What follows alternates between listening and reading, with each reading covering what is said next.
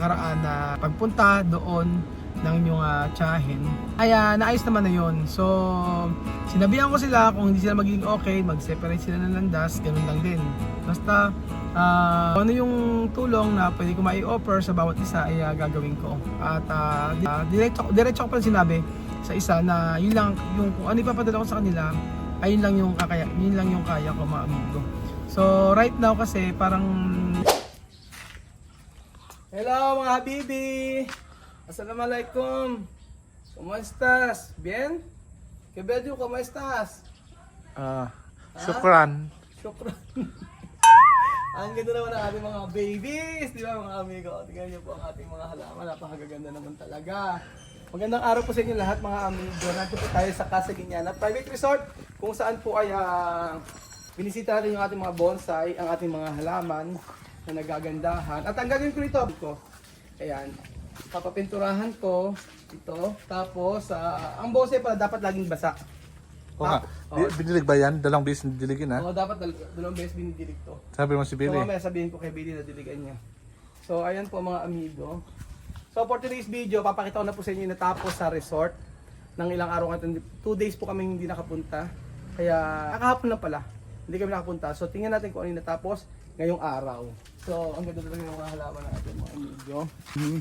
Sige, punta po tayo. Dito wala to. Saan ba to? Kulang to. Yung mga yan, wala pa kasi to. Saan kukunin?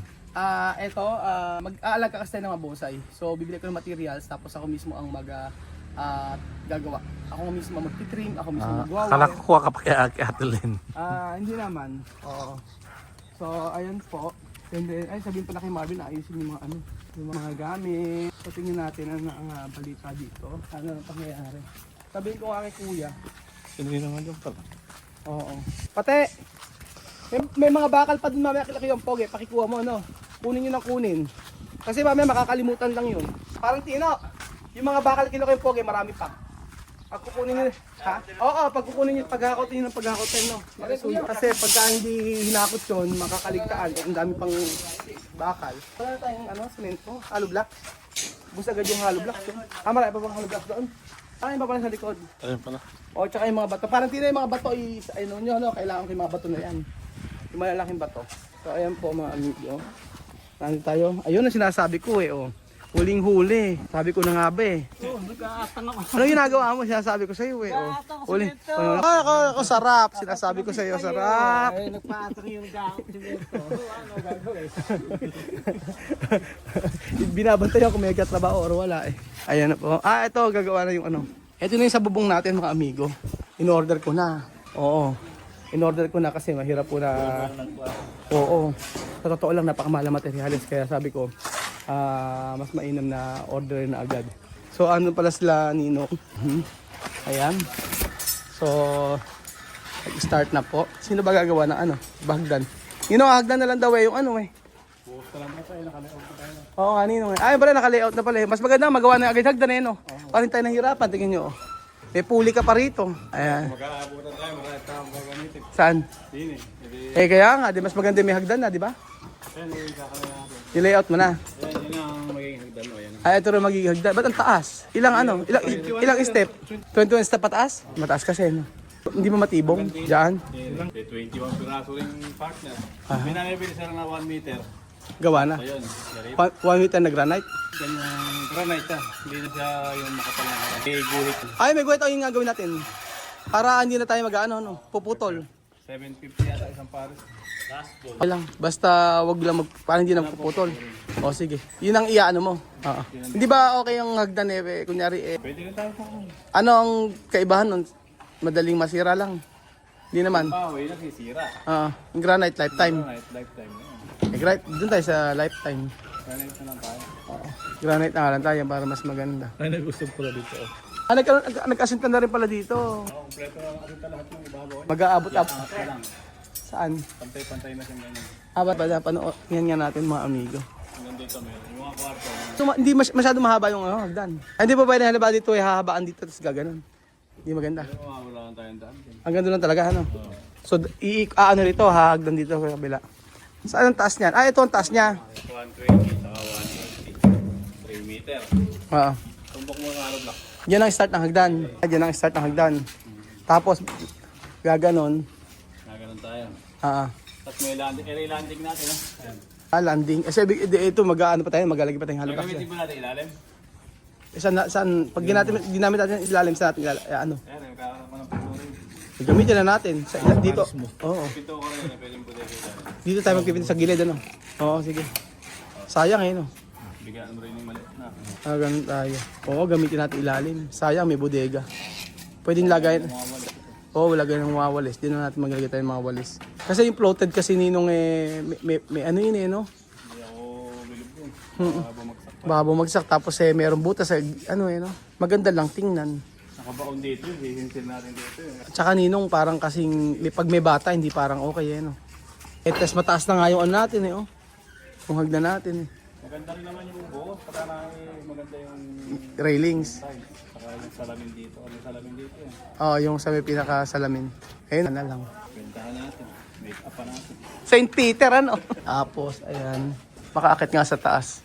Kung ano ang, tingnan natin kung ano po yung mga pangyayari po sa, ano, sa second floor. Ayun kay Benjo, nakit tayo, ayun ba? Ayun kay Benjo, umakyat. Sige, ako na lang aakyat mga amigo. Ayun kay Benjo na. Pakibigay na lang sa akin. Ayan, Kaya may tanong. Galingan nyo. galingan nyo, nandiyan na! May video, may sagot! Tayo mainit. Ayan po mga amigo. Makikisuot. Hirap umakyat eh. Pag nahulag, walang sahod. Ngayong araw. Ayan na po mga amigo. Di ba? Ang bilis lang. So, eto na po. Ito ang ating CR. Pagpasok natin ito. Tapos, pagpasok natin dito, may CR dito. Ayun yung pintuan ng CR. Ito ang CR ko. Tapos, ito po ang walk-in closet. Malaki nga pala talaga. Isang kwarto na. So, pinakamagandang gawin dito. Ayan. Yung pinaka walk-in closet dito. Meron doon ditong cabinet eh. Maglalagay tayo dito mga amigo ng ano. Ng cabinet din. Sa gitna, makapaglagay ng maliit na parang kama. Kasi maglalagay tayo ng aircon dito. Sabi nila mga amigo yung mga bag daw. At kailangan naka-aircon. Kaso yung mga bag ko eh hindi naman ano, mamahalin. Kaya wag na wag nang pa-aircon na ng bag. kung magagapok. Kung masisira. Ayan pa mga amigo, ito na po yung kwarto, di ba? Pataas na siya. Bilis! Bira! Kahapon lang yan. Sa anong isang araw, dalawang araw. Tapos ito, hindi na pala sa umaga, ano, mainit talaga. Ang gusto ko dito talaga mga amigo, alam nyo ko ano? Eto, yung kitang-kita ko yung view. Tara! Kitang-kita yung view ng resort natin. Oh. Nagkaroon na ng mga ano, nagkaroon na ng itsura yung sa taas. Ayan. Tapos ay sinaninong. Ganun din kasi mga amigo, pag kinuntian mo yung trabador, konti yung pasahod pero matagal. Ito, maraming trabador pero mabilis yung trabaho. So dito ka na. Ito yung kapatid ni Ninong. Sa dito. Isang kwarto. Pangalawang kwarto. Ayun mga okay, dito pala magiging pintuan niya. Ito magiging pintuan. Tapos ito isang pintuan. Malawang din pala. Si Marvin at saka si Ninong nag-setup nito eh. Sila nag-setup ng sila nag-setup. Okay lang, wag lang mo. Sila nag-setup ng ano, ng mga binta-bintana kung saan lalagay. Ala, tagal naman ng halo ano. Naiinip ata kayo ano. Hindi naman. Sakto lang.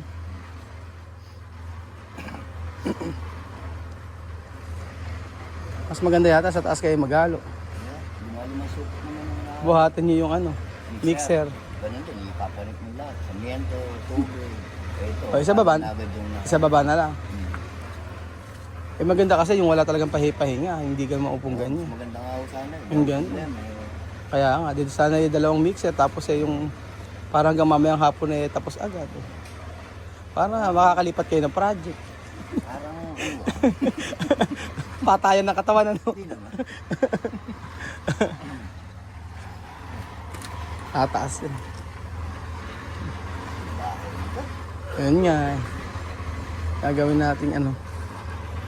Eh, paglabas mo nga lang dito, malaki na. Sa may Ayan sa kwarto una, pangalawa. Dito pala mga ano niya.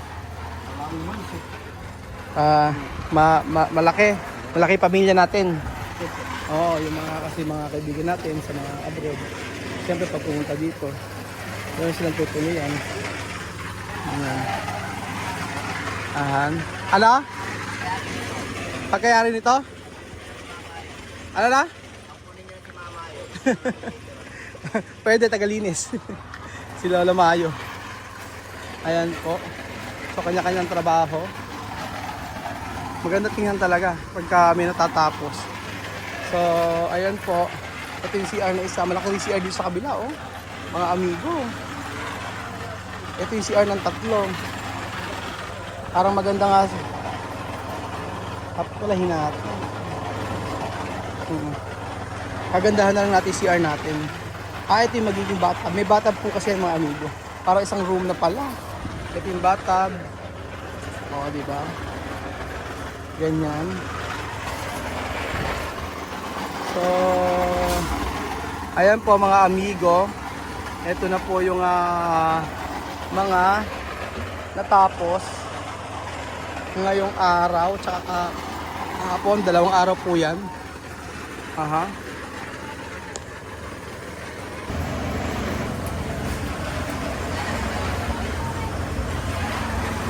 Ito yung sa hagdan niya, oh. Usually ilan ninong ilang siya? Gaano ka ang niya, standard? 30 ano? 30. 1 feet. 1 feet. Usually Size to 1 feet na namin. 1 feet. Yun ang standard. 1 feet. O 1 feet daw yung haba ng sa may hagdan. Standard nun. Oo. Paano pag nilakihan, hindi na maganda? Wala tayo mabibiling. Pero hindi naman siya matibong. Sakto lang. O baka kasi masyado matibong kako, malaki naman kasi yung mataas, kaya ganyan. Oo. Ha? Ano na? Smooth lang ang panik, hindi matarik. 6 foot lang ang panik. 6 foot lang daw ang panik nito, kaya hindi naman daw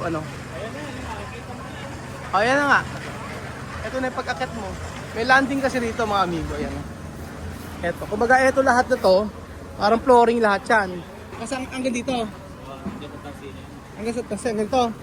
O yan, flooring lahat yan. Flooring dito lahat. Ano yan?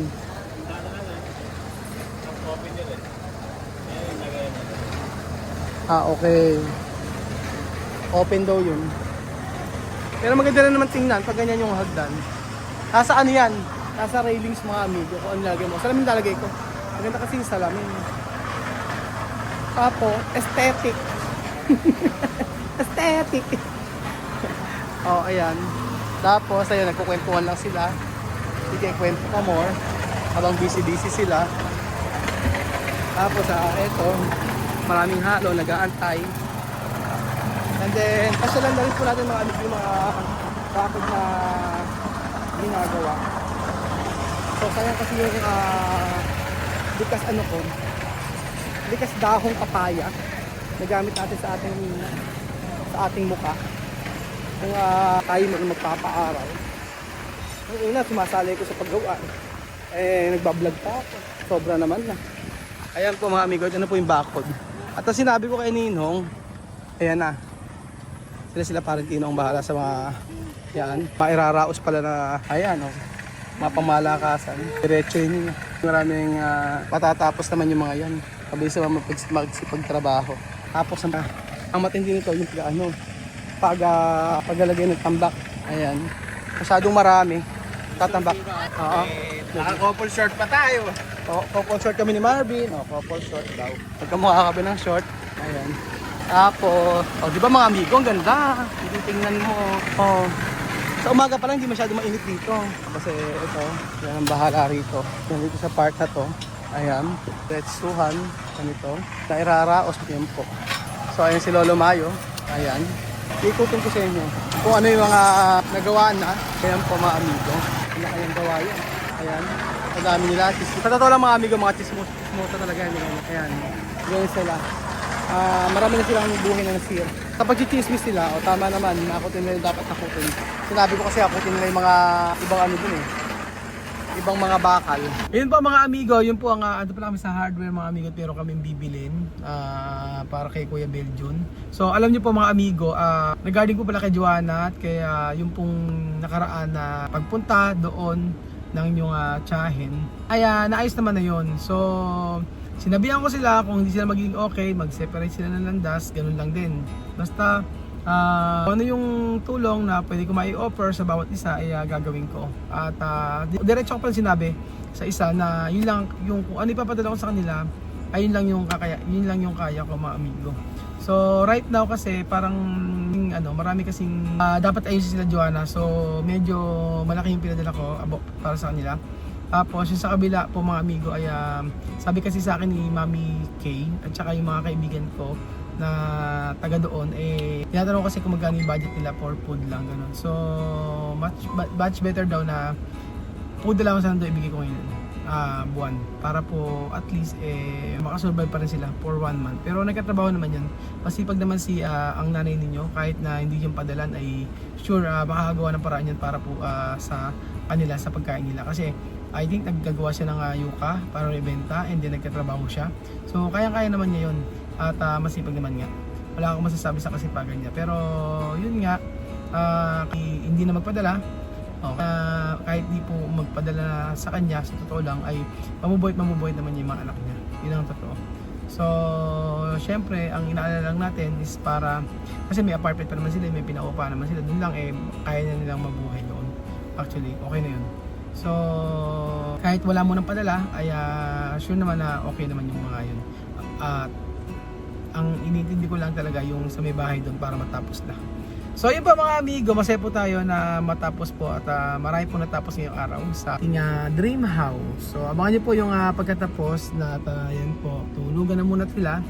Pagod ang Kuya Beljun nyo. So thank you so much mga amigo at God bless po.